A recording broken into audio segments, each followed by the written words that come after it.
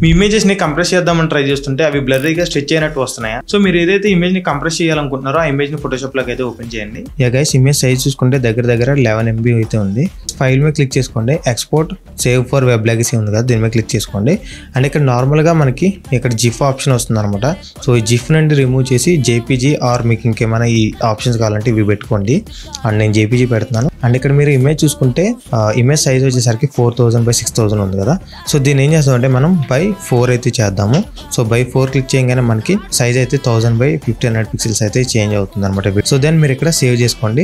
So ఇక్కడ నేను save చేసిన ఇమేజ్ అయితే ఓపెన్ చేస్తాను. సో ఇక్కడ చూసుకుంటే మనకి ఎక్కడ కూడా ఇమేజ్ అయితే క్లారిటీ తగ్గలేదు. కానీ ఇప్పుడు దీని యొక్క సైజ్ అయితే చూద్దాం. ఇంతకు ముందు మనం 11 MB ఉండేది 212 KBకి అయితే వచ్చేసింది. ఇప్పుడు మరి మా దగ్గర ఫోటోషాప్ లేదు, ల్యాప్టాప్ లేదు అని అడిగిన వాళ్ళ కోసం స్క్రీన్ మీద కనబడుతున్న వెబ్సైట్ లోకి అయితే వెళ్ళండి. ఇక్కడ సెలెక్ట్ ఇమేజెస్ ఆప్షన్ మీద క్లిక్ చేసుకుని మీ ఇమేజ్ అయితే సెలెక్ట్ చేసుకోండి. అండ్ ఇక్కడ అప్లోడ్ అవుతుంది. అండ్ ఇక్కడ మనకి ఫైల్ సైజ్ వచ్చేసరికి 250 KBలోకి నేను కన్వర్ట్ చేస్తున్నాను. ఇఫ్ ఇన్ కేస్ మీకు ఇంకా ఎక్కువ కావాలనుకున్నా లేదంటే ఇంకా తక్కువ సైజ్ కావాలనుకున్నా మీరు ఇక్కడ సెలెక్ట్ చేసుకోవచ్చు. అండ్ ఇక్కడ ఇమేజ్ రెజల్యూషన్ నో చేంజ్ మీద క్లిక్ చేసుకుని రీసైజ్ ఇమేజ్ మీద అయితే క్లిక్ చేయండి. గైస్ మీరు కావాలంటే కంపేర్ చేసుకోవచ్చు, లేదనుకుంటే డైరెక్ట్గా డౌన్లోడ్ చేసుకోండి. అండ్ డౌన్లోడ్ చేసిన ఫైల్ గైస్ దీని అయితే ఒకసారి ఓపెన్ చేసి చూపిస్తున్నా చూడండి. సో ఇలా కూడా మీ ఇమేజ్ అనేవి కంప్రెస్ చేసుకోవచ్చు. కానీ ఫోటోషాప్ ఇచ్చినంత క్వాలిటీ ఈ వెబ్సైట్ అయితే ఇవ్వలేదు అనమాట. సో కొంచెం క్వాలిటీ అయితే మిస్ అవుతుంది. ఈ వెబ్సైట్ లింక్ కావాలంటే కంప్రెస్ అని కామెంట్ చేయండి, నేను మీకు లింక్ డైరెక్ట్గా షేర్ చేస్తాను. అండ్ రీల్ అయితే లైక్ చేయండి, మన పేరుని ఫాలో చేయడం మర్చిపోకండి.